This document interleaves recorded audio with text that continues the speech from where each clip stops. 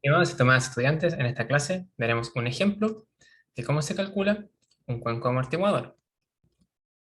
Consideremos, por ejemplo, un vertedero a rebose y Spear que está diseñado para evocar un caudal de diseño de 1000 metros cúbicos por segundo. Este es un gran vertedero, el cual tiene un largo de 100 metros y asumimos para este ejercicio que el coeficiente de descarga es simplemente 2. Y además que la altura de la presa es 30 metros. Se nos pide hacer un diseño preliminar del cuenco disipador en caso de ser necesario, considerando el caudal de diseño. ¿Cuánta es la energía disipada por el resalto? Entonces, conocemos el caudal de diseño, que es 1000 metros cúbicos por segundo. De la curva de descarga, tenemos el coeficiente de descarga, tenemos el largo del vertedero, tenemos el caudal de diseño, despejamos la carga, que es 2,92. Tenemos una carga de diseño de 2,92 metros.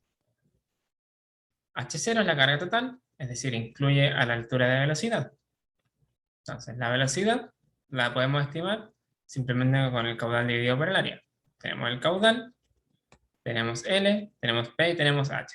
Tenemos todo para calcular la altura de velocidad. Entonces, sabemos que H0, la altura de escurrimiento, de momento no la conocemos, sabemos que la carga total es 2,92 metros, pero la podemos expresar en función de la carga total y de la altura de velocidad, que nos daría esta expresión que vemos acá. Esto de aquí viene siendo la altura de escurrimiento aguas arriba. Entonces, al reemplazar esto acá, nos queda una ecuación que solo depende de la velocidad y al despejar nos da 0,304 metros por segundo. Esta es la velocidad que tiene el flujo en las aguas arriba del vertedero. Calculamos la altura de velocidad y nos da el siguiente valor, 0,0047. O sea, nos damos cuenta de que cuando comparamos la altura de velocidad con la carga que tenemos, es despreciable. Al realizar esta resta, perdón, esta suma de acá, nos damos cuenta de que este valor es prácticamente despreciable con respecto a la altura de escurrimiento. Por lo tanto, podemos asumir de que H0 es prácticamente igual a la altura de escurrimiento, es decir, la carga que tengo en el vertedero es igual a la altura de escurrimiento. Entonces, verificando la influencia de aguas abajo, esta otra cosa que debemos verificar, el punto número 5 de cómo puede variar el coeficiente de descarga, nos damos cuenta de que HD sobre HE es al menos, HD es al menos es igual a P, ya que esta altura tiene una menor velocidad que esta, por lo tanto aquí debe ser más pequeño que esta distancia de acá, H0. Por lo tanto, tenemos que esta relación es aproximadamente 10 y que cuando le agregamos D, cuando tenemos HD más D, toda esta distancia completa, es aproximadamente 33, ya que tenemos este número 2,92 más 30, da igual 30, nos da aproximadamente 33, al dividirlo por este valor, que es aproximadamente 3, nos da aproximadamente 11. ¿Por qué estoy calculando esto? Porque lo necesito para, para calcular la influencia de aguas abajo. Es decir, estoy con un valor de HD sobre HE cercano a 10, o sea, estoy mucho más arriba en este gráfico, estoy por acá en 10, y HD más D dividido HE estoy aproximadamente en 11, o sea, aquí tengo 5, para allá en algún momento voy a tener 11, es decir, estoy como por acá. Aquí también está dibujado en este gráfico, en la coordenada 11,10. ¿Qué quiere decir? Que si aquí tengo mi curva 0, donde a partir de esta curva en adelante no tengo influencia de aguas abajo, quiere decir que todo este sector que incluye este punto es que tengo una reducción del 0%, es decir, no está influenciado aguas abajo. Eso lo podemos ver en la clase número 12. Entonces, el coeficiente de descarga no hay que reducirlo. Sigue siendo 2 metros elevado a 1,2 dividido por segundo. Ahora, cuando tenemos vertederos que son muy altos, como en este caso de P igual 30, esto es puede ser relativamente obvio, ya que tenemos una gran longitud de un rápido de descarga, por lo tanto no va a estar influenciado, vamos a tener eh, una diferencia en la altura de escurrimiento muy grande, un flujo muy supercrítico, con un gran número de frutos. Pero no está de más corroborarlo con este gráfico y asegurarnos de que estemos en una condición donde no está influenciado.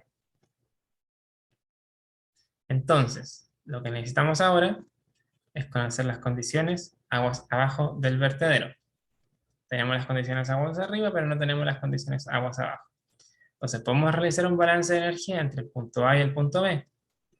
Podemos despreciar, como se mencionó anteriormente, la altura de velocidad en el punto A, ya que era mucho menor que la altura de escurrimiento. Tenemos unas ciertas pérdidas por fricción, estas no las podemos despreciar, ya que como tenemos aquí una gran velocidad, vamos a tener una gran fricción. Y tenemos la energía en B, en condición de flujo supercrítico. Entonces la pregunta es, ¿cómo obtengo las pérdidas por fricción?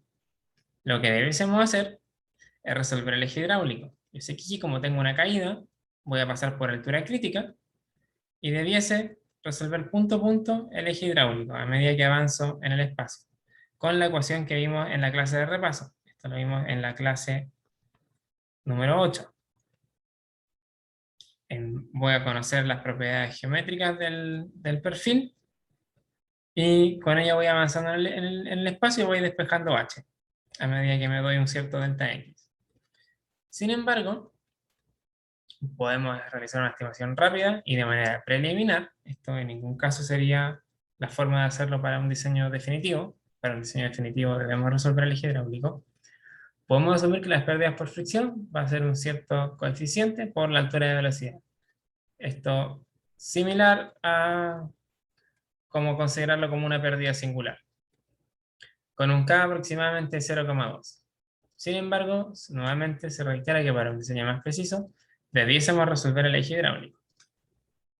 Entonces, reemplazando estas pérdidas por fricción en la ecuación, en nuestra ecuación de balance de energía, obtenemos lo siguiente, donde conocemos que HA es simplemente 30 más 2,92 es P más H0, esta distancia que está acá, recordemos que esto es P y esto es H0.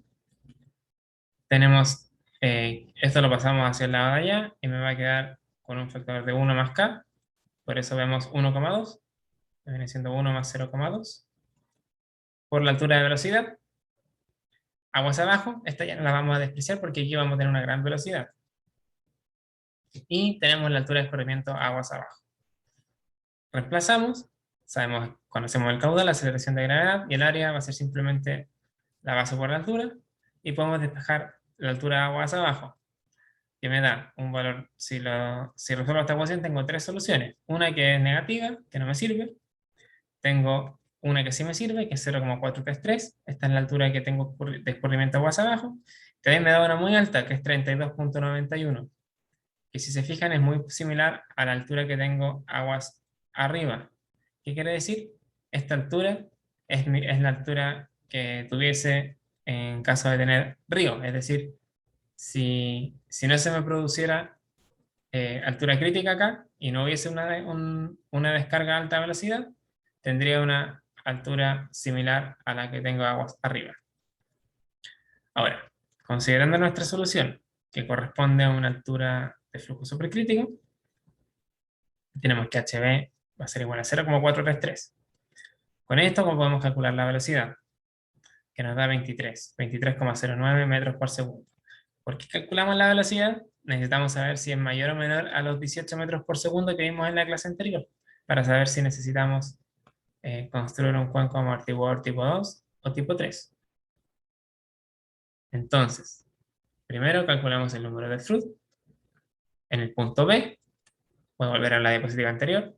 El punto B es el punto que está acá, es decir, aguas abajo del vertedero, pero aguas arriba del resalto. Lo calculo y me da un valor de 11,2. Es decir, tengo un resalto fuerte, ya que el número de Froude es mayor a 9. Entonces, tengo que el número de Froude es mayor a 4,5, es decir, estoy en la cuarta categoría que vimos, y además tengo que la velocidad es mayor a 18 metros por segundo. Es decir, necesito un cuenco amortiguador tipo 2.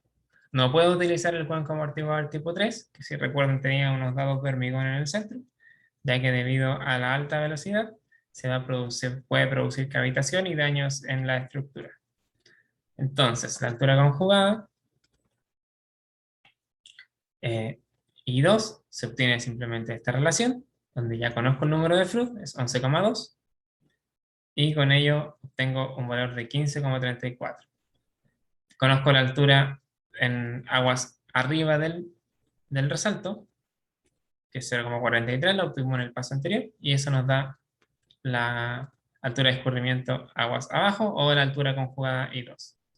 Le agrego el efecto tailwater, que es la tengo que multiplicarla por un 1,05, o simplemente también puedo utilizar directamente este gráfico, y me da 6,97. Si hubiese utilizado este gráfico, hubiese entrado con el valor de 11,2, es decir, aproximadamente acá, habría obtenido directamente este valor, aproximadamente 16. O sea, habría sido 16 veces la altura en 1, que me hubiese dado aproximadamente este 6,97 que obtuve aquí. Adicional a esto, necesito calcular el largo del colchón. Lo obtengo directamente con el número de Froude. Tengo el número de Froude, que es igual a 11,2, entro con este valor, y me da el punto de acá, que es igual a 4,35 aproximadamente.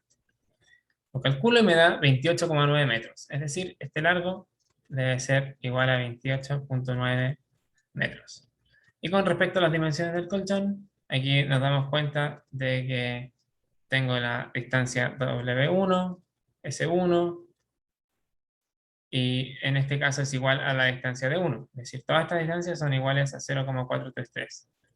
Y en la parte de aguas abajo del